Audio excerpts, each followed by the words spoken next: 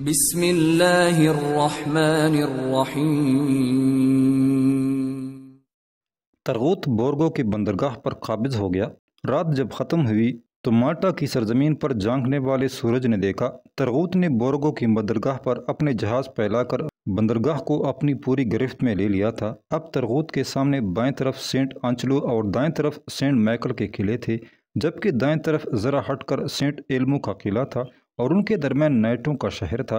جب سورج کافی چڑھ آیا تو ترغوت نے ایک نئے انداز میں مالٹا کے خلاف جنگ کرنے کی ابتدا کی۔ اپنا آدھا لشکر اس نے صنعان اور سوالے کی سرکردگی میں بحری بیڑے میں بورگو کی بندرگاہ پر چھوڑا۔ دوسرے آدھے حصے کو کوروش، حسن اور سعد کے ساتھ مل کر وہ سینٹ ایلمو کے قلعے کے نزدیک اس جگہ آیا جہاں مصطفیٰ اور پیالی پاشا قلعے کی فصیل میں شگاف کرنے کے لیے تابڑ توڑ حملے کر رہے تھے۔ جب ترغوت اپنے لشکر کے ساتھ وہاں پہنچا تو مصطفیٰ نے قلعے پر یلغار روک دی اور ترغوت کے پاس آ کر اس نے اسے بندرگاہ پر قبضہ کرنے کی مبارکباد دی۔ ترغوت نے اپنے لشکر کو دمدموں کی اوٹ میں بٹھا دیا، خود وہ کوروش، حسن اور سعد کے ساتھ ایک پتھر کی اوٹ میں بیٹھ گیا اور مصطفیٰ سے اس نے پیالی پاشا کو بلانے کے لیے کہا۔ ایک ترک سپاہی جو وہاں موجود تھا خود ہی بھاگتا ہوا پیالی پاشا کو بلانے کے لیے چلا گیا۔ ترغوت کے اشارے پر مصطفیٰ بھی وہاں بیٹھ گیا۔ تھوڑی دیر بعد پیالی پاشا بھی وہاں آ گیا اور جب وہ مصطفیٰ کے پہلو میں بیٹھ گیا تو ترغوت نے ان دونوں کو مخاطب کر کے کہا، تم دونوں میری بات غور سے سنو، اپنی کم از کم 5 توپیں سامنے والی چٹان پر نصب کراؤ جو قلعہ سینٹ ایلمو کے بائیں حصے میں ہے۔ 4 توپوں کے توپچیوں سے کہو وہ قلعے کی فصیل پر گولے برسا کر فصیل کو توڑنے کی کوشش کریں۔ 5ویں توپ چلانے والوں سے کہو وہ قلعے کے اس حصے میں گولے پھینکیں جہاں سے اہل قلعہ کے لیے شہر کی طرف سے کمک اور خوراک آتی ہے۔ تم دونوں میرے ساتھ رہو گے، میں فصیل سے باہر کی خندق پر لکڑی کے پل بنواتا ہوں، اس طرح ہم قلعے کی فصیل کو توڑ کر اندر داخل ہونے کی کوشش کریں گے۔ ایک بار ہم سینٹ ایلمو کے قلعے میں داخل ہو گئے تو مالٹا ہمارے سامنے سرنگو ہوگا۔ پھر ترغوت اٹھتا ہوا بولا، اب اٹھو، اپنے عمل کی ابتدا کرو، تم دونوں چٹانوں پر توپیں نصب کراؤ، میں پلوں کا انتظام کرتا ہوں۔ پھر وہ اٹھ کر اپنے کام میں لگ گئے تھے۔ توپیں جب چٹانوں کے اوپر نصب کی جا چکی اور پلوں کا کام مکمل ہونے کے قریب تھا تو ترغوت کا ایک مخبر خبر لایا کہ ایک بحری بیڑا جس میں پاپائے روم، پالیس چہارم اور سسلی کے جہاز شامل ہیں اور جس کا امیر البحر سسلی کا ولی عہد شہزادہ گارسیاد تولیدو ہے، مالٹا کی طرف بڑھ رہا ہے۔ ترغوت نے پلوں کا کام ادھورا چھوڑ دیا اور اپنے لشکر کو لے کر وہ بورگو کی بندرگاہ پر آیا۔ اپنے آدھے بحری بیڑے کو اس نے صنعان اور سوالے کی سرکردگی میں بندرگاہ کی حفاظت کرنے کو چھوڑا اور آدھے بحری بیڑے کو لے کر وہ سسلی کی طرف سے آنے والے بحری بیڑے کی سرکوبی کے لیے کھلے سمندر میں چلا گیا تھا۔ مالٹا کی مدد کو آنے والے اس بیڑے کو خبر نہ تھی کہ مسلمان مالٹا کی بحری قوت کو ختم کر کے اس کی بندرگاہ بورگو پر قابض ہو چکے ہیں، لہٰذا وہ بڑی تیزی سے مالٹا کی طرف بڑھ رہا تھا۔ ترغوت نے کھلے سمندر میں جب اس سے لشکر کو روکا تو دشمن دنگ رہ گیا۔ اس وقت اہل سسلی پر بدحواسی طاری ہو گئی جب انہیں خبر ہوئی کہ سمندر میں انہیں روکنے والا ترغوت ہے۔ اپنے پہلے حملے میں ہی ترغوت نے دشمن کے اس بحری بیڑے پر خوف و ہراس طاری کر دیا تھا۔ اس نے اپنے چوڑے پیندے کے جہاز جن کے سامنے والے حصے پر پیتل کے موٹے اور مضبوط پترے چڑھے ہوئے تھے ان کے جہازوں سے ٹکرا دیے تھے۔ سسلی کے کئی جہاز سمندر میں غرق ہوئے۔ دوسرے جہازوں پر جب ترغوت اور اس کے ملاح حملہ آور ہوئے تو ان کی رہی صحیح ہمت بھی جواب دے گئی۔ تھوڑی دیر تک کھلے سمندر میں ترغوت کا مقابلہ کرنے کے بعد سسلی کا بحری بیڑا بھاگ کھڑا ہوا۔ ترغوت نے تھوڑی دور تک تعاقب کر کے ان کے اکثر جہازوں کو ڈبو کر غرق کر دیا تھا۔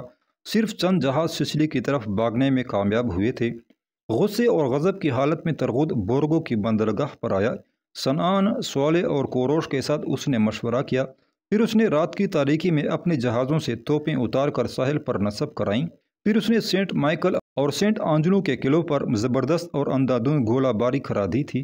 رات کے پچھلے حصے تک گولہ باری کرنے کے بعد ترغوت نے دونوں قلعوں کی دیواریں جگہ جگہ سے توڑ پھوڑ کر رکھ دی تھیں۔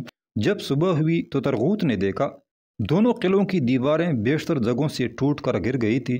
دونوں قلعے خالی پڑے تھے اور نائٹوں نے اپنی قوت وہاں سے قلعہ سینٹ ایلمو میں منتقل کر لی تھی۔ ترغوت بھی پلوں کے ادھورے کام کو مکمل کرنے کے لیے ایلمو کی طرف چلا گیا۔ اپنے بحری بیڑے کو بھی اس نے بندرگاہ سے ہٹا کر ایلمو کے سامنے لنگر انداز کر دیا تھا، اس لیے کہ بندرگاہ کی حفاظت کرنے والے دونوں قلعے اب ویران ہو چکے تھے اور اب بندرگاہ پر ٹھہرنا بیکار تھا۔ قلعہ ایلمو کے ارد گرد گہری اور چوڑی خندق پر ترغوت نے پل مکمل کر دیے تھے۔ پھر اس نے متحدہ لشکر کے ساتھ ایلمو پر عام حملہ کر دیا تھا۔ سینٹ مائیکل اور سینٹ آنجلو کے قلعے پہلے ویران کیے جا چکے تھے۔ مالٹا کے نائٹوں کی ساری قوت اب ایلمو میں جمع ہو کر اپنا دفاع کر رہی تھی۔ ایلمو کی فتح ہی اب مالٹا کی فتح تھی۔ ترغوت نے چٹانوں پر جو توپیں نصب کرائی تھی ان کی گولہ باری سے فصیل کے ٹکڑے ٹوٹ ٹوٹ کر گرنے لگے۔ ترغوت کی بے پناہ قوت اس بدنصیب قلعے کو گھیرے ہوئی تھی اور بلندی پر اس کی توپیں برابر گھولے برسا رہی تھی اور شہر سے قلعے میں آنے کا سلسلہ بند ہو گیا تھا۔ جلدی چٹان پر نصب ترغوت کی توپوں نے کئی جگہ سے فصیل کو توڑ کر رکھ دیا تھا۔ ترغوت کو اسی لمحے کا انتظار تھا۔ اپنے لشکر کے ساتھ اس نے خندق کو لکڑی کے بنائے ہوئے پلوں سے پار کیا اور سینٹ ایلمو کے قلعے میں گھس کر اس نے عام حملہ کر دیا تھا۔ مالٹا کے حکمران لیل آرم نے فصیل میں پڑنے والے ان شگافوں پر اپنی پوری قوت جمع کر دی تھی جن کے ذریعے مسلمان سینٹ ایلمو کے قلعے میں داخل ہونا شروع ہو گئے تھے۔ نائٹ جو فنون سپاہگری میں یورپ کے اندر اپنا کوئی ثانی نہ رکھتے تھے، قلعہ سینٹ ایلمو میں داخل ہونے والے مسلمانوں کے اس سیلاب کو روکنے میں بری طرح ناکام ہوئے تھے۔ تھوڑی دیر تک قلعے کے اندر گمسان کی جنگ ہوئی، پھر مالٹا کے نائٹ آگے آگے بھاگنے لگے تھے، جبکہ ترغوت اپنے لشکر کے ساتھ ان کا تعاقب کر کے ان کا قتل عام شروع کر چکا تھا۔ اسی تعاقب میں ترغوت جب ایک ایسی عمارت کے پاس سے گزر رہا تھا جو توپوں کے گولے لگنے سے مخدوش ہو گئی تھی تو اچانک اس عمارت کا اوپر کا حصہ گر پڑا اور ایک وزنی پتھر ترغوت کے سر پر آ گرا۔ ترغوت کے سر کی ہڈی ٹوٹ گئی اور وہ وہیں گر گیا۔ اس کے ارد گرد محافظ دستوں کی حیثیت سے لڑنے والے سپاہی اسے سنبھالنے لگے تھے۔ آنن فانن ترغوت کے زخمی ہونے کی خبر اس کے لشکر میں پھیل گئی تھی۔ گو ترغوت مکمل طور پر قلعہ سینٹ ایلمو کو فتح کر چکا تھا، تاہم بعض مقامات پر جنگ اب بھی جاری تھی۔ صنعان نے مصطفیٰ اور پیالی پاشا کو جنگ پر آمادہ مسلح نائٹوں کا صفایا کرنے کو کہا۔ خود وہ اس طرف لپکا جہاں ترغوت زخمی پڑا تھا۔ صالح، کوروش، حسن اور سعد بھی صنعان کے ساتھ ترغوت کی طرف بھاگ رہے تھے۔ جب وہ وہاں پہنچے تو انہوں نے دیکھا لشکر کے طبیب ترغوت کو سنبھالنے کے علاوہ اس کے سر پر پٹیاں باندھ رہے تھے۔ ان میں حسین جولیا گونزاگا بھی تھی۔ وہ مردانہ لباس میں تھی اور ترغوت کو سنبھالنے کے ساتھ ساتھ وہ روتی بھی جا رہی تھی۔ ترغوت اپنے حواس میں تھا، تاہم وہ تکلیف اور درد کی سخت اذیت میں تھا۔ صنعان، صالح، کوروش، حسن اور سعد وہاں بیٹھ گئے اور پریشانی کی حالت میں ترغوت کی طرف دیکھنے لگے۔ پھر صنعان نے ترغوت کو پکارا، امیر محترم، میں صنعان آپ سے مخاطب ہوں، آپ کیسے ہیں؟ ترغوت نے اپنی بند آنکھیں کھولی۔ چند ثانیوں تک اس نے غور سے صنعان کی طرف دیکھا، پھر اس کی نگاہیں ادھر ادھر بکھرتی ہوئی قلعہ سینٹ ایلمو کا جائزہ لینے لگی تھیں۔ پھر اس نے اپنی آنکھیں بند کر لیں، چہرے پر ہلکی سی مسکراہٹ نمودار ہوئی اور مدھم آواز میں اس نے کہا، ربی عظیم، تیرا صد احسان کہ تو نے مجھے مالٹا کے اس قلعے کو فتح کرنے کی توفیق عطا فرمائی۔ اب میں کسی کے سامنے شرمسار نہیں ہوں۔ میں سرخ روح ہو کر اپنے جسم سے اپنے روح کو نکلتے سکون سے دیکھ سکوں گا۔ صنعان نے سسکتی ہوئی آواز میں کہا، اے امیر، آپ ٹھیک ہو جائیں گے۔ آپ کی ذات سے ہم میں برکت اور اتحاد ہے، ہمیں آپ کی ضرورت ہے، آپ کے بغیر ہم ادھورے ہیں۔ ترغوت نے آنکھیں کھولی اور صنعان کی طرف دیکھتے ہوئے کہا، میں اب چند گھڑیوں، چند لمحوں کا مہمان ہوں۔ میری زندگی کا سفر تمام ہو چکا ہے۔ میری ماں دارتان نے ایک بار میرے بڑے بھائی ایلام سے میرے متعلق کہا تھا کہ میں اکثر خواب میں ترغوت کو سمندر کے سینے چیرتے اور اونٹوں کی لمبی قطاروں کی رہنمائی کرتے دیکھا ہے۔ اس نے یہ بھی کہا تھا، کبھی کبھی میں نے ایسے خواب بھی دیکھے ہیں کہ ترغوت بحری بیڑوں کی رہنمائی کر رہا ہوتا ہے۔ میرے ساتھیوں، میری ماں کے خواب درست ثابت ہوئے۔ میں نے سمندروں کا سینہ چیرا، ہسپانیہ سے مسلمانوں کو نکالتے ہوئے اونٹوں کی لمبی قطاروں کی رہنمائی کی اور پھر سلطان سلیمان کے بحری بیڑے کا امیر البحر بھی مقرر ہوا۔ میری ماں کے سب خواب پورے ہو چکے اور میری زندگی کا سفر تمام ہوا۔ ترغوت چند ثانیہ خاموش رہا، پھر اس نے جولیا گونزاگا کی طرف دیکھا جو اس کے پاؤں دبا رہی تھی۔ اس کی آنکھوں سے آنسو گر رہے تھے اور وہ بڑی تکلیف دہ حالت میں اپنے ہونٹ کاٹ رہی تھی۔ ترغوت نے اپنی لمحہ بلمحہ اکڑتی آواز میں جولیا کو مخاطب کر کے کہا، اے اطالیہ کی بیٹی، تو نے مالٹا میں میری رہائی سے متعلق جس خلوص کا اظہار کیا تھا اس کا تقاضا تھا کہ میں تمہارے جذبات کی قدر کروں، لیکن اب جب کہ میں مر رہا ہوں میں کیا کر سکتا ہوں؟ اگر میں زندہ رہتا تو بخدا تمہیں اپنی بیوی بنا لیتا۔ تمہارا خلوص بے مثل، تمہاری ہمدردی لاجواب ہے۔ میرے بعد اگر تم فوندی کے بجائے الجزائر میں رہنا چاہو تو میرے نام کی نسبت سے لوگ تمہاری عزت کریں گے۔ ترغوت رک گیا، پھر اس نے صنعان کی طرف دیکھتے ہوئے کہا، اگر تمہارا سلطان سلیمان کے پاس جانا ہو تو انہیں مجھ عدم کے مسافر کا سلام کہنا، انہیں کہنا اے سلطان محترم، میں نے مالٹا کو سرنگو کر دیا، اب مصر سے قسطنطنیہ جانے والے اناج کے اسلامی جہازوں پر کوئی شب خون نہ مارے گا۔ اس بار ترغوت نے کوروش کی طرف دیکھتے ہوئے کہا، کوروش، میرے بعد میری بیوی بچوں کا خیال رکھنا، سعد میرے بھائی کی نشانی ہے، اسے اپنی بیٹی سے بیاہ دینا کہ اس میں میرا اطمینان ہے۔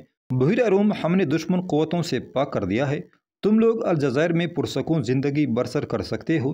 اب کوئی چارلس، کوئی اندریا دوریا اور کوئی فلپ افریقی ساحل پر حملہ آور ہونے کی جرت نہ کر سکے گا۔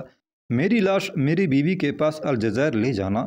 میرے لشکریوں کو کہو اپنی ملت، اپنے مذہب کی حفاظت و سربلندی کی خاطر جہاد کرتے رہو، آنے والی نسلیں تاریخ کی سطور میں تمہارا نام محفوظ رکھیں گی۔ ترغوت خاموش ہو گیا، شاید اس پر نزع کا عالم طاری ہوتا جا رہا تھا۔ کوروش نے ترغوت کا جسم اپنی گود میں سمیٹتے ہوئے کہا، میں کیسا بدنصیب ہوں، ایلام نے برفستانوں کے اندر میری گود میں دم توڑا۔ وہ ایک ایسا فرزند تھا جس نے گمنام کوہستانی وادیوں، ندی نالوں کی پتلی گزرگاہوں، شور مچاتی آبشاروں اور بے رنگ و بے نام قصبوں میں اپنی شجاعت و اولو العزمی کے رنگ بھرے۔ اور اے امیر، آج آپ نزع کے عالم میں میری گود میں پڑے ہیں، کاش میں آپ کی جگہ رخصت ہو گیا ہوتا۔ میں کب تک اندھیروں کا ساربان بن کر اپنے بھائیوں، اپنے محسنوں کی موت کا منظر دیکھتا رہوں گا؟ اے میرے امیر، جہاں آپ کے بھائی ایلام نے ابر آلود تانسیان، برف پوش پامیر اور کوہستانی سفید کی درمیانی وادیوں میں یاجوج ماجوج کی طرح رکی ہوئی وحشی اقوام کو زیر کیا، جہاں اس نے بحیرہ روم، بحیرہ اسود اور بحیرہ یوکسین میں اپنی شجاعت کے علم بلند کیے، وہاں آپ نے اندلس کی لاجودی کوہستانی چوٹیوں اور حسین وادیوں میں بے آبرو زندگی بسر کرنے والے مسلمانوں کو نکال کر افریقہ میں آباد کیا۔ کوروش کی آنکھوں سے آنسو بہہ نکلے اور وہ کہتے کہتے رک گیا۔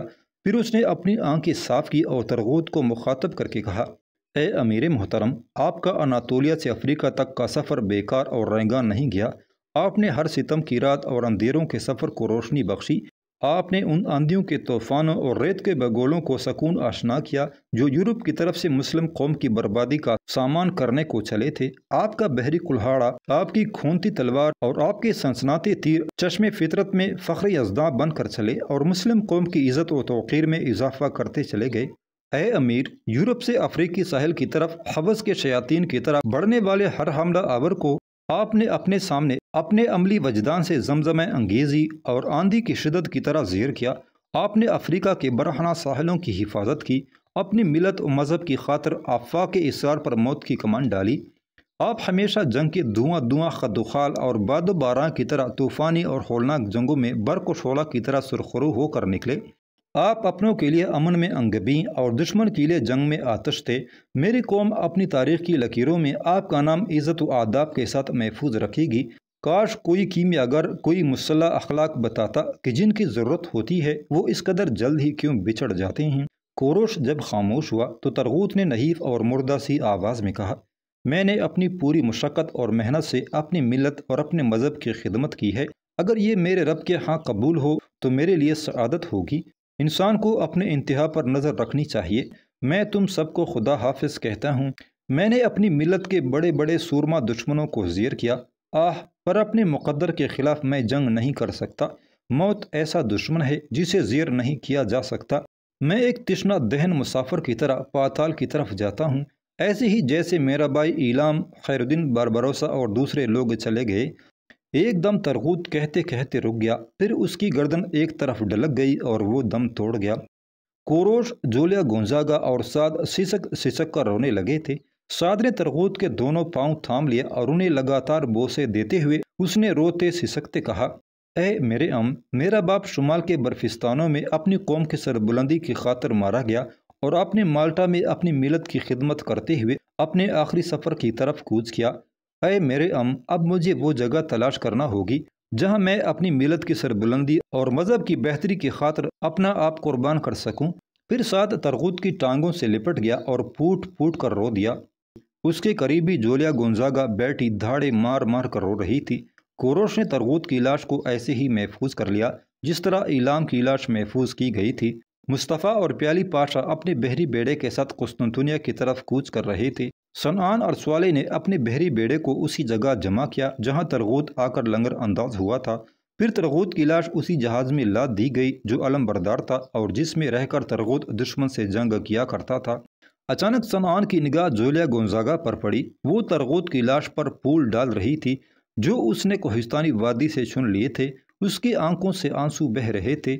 صنعان اس کے قریب آیا اور بڑی نرمی اور شفقت سے اس نے جولیا کو مخاطب کرتے ہوئے کہا، اے میری بہن، کیا تم میرے ساتھ الجزائر چلو گی؟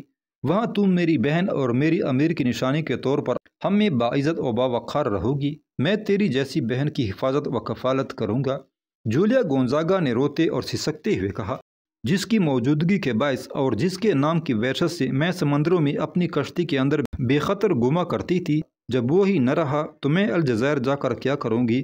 امیر ترغوت میرے دل کے صحرا میں ابرتر، میری زندگی کی دشواریوں میں سنگرنی سورج اور میرے دل کے نہا خانوں میں روشن چراغ تھے۔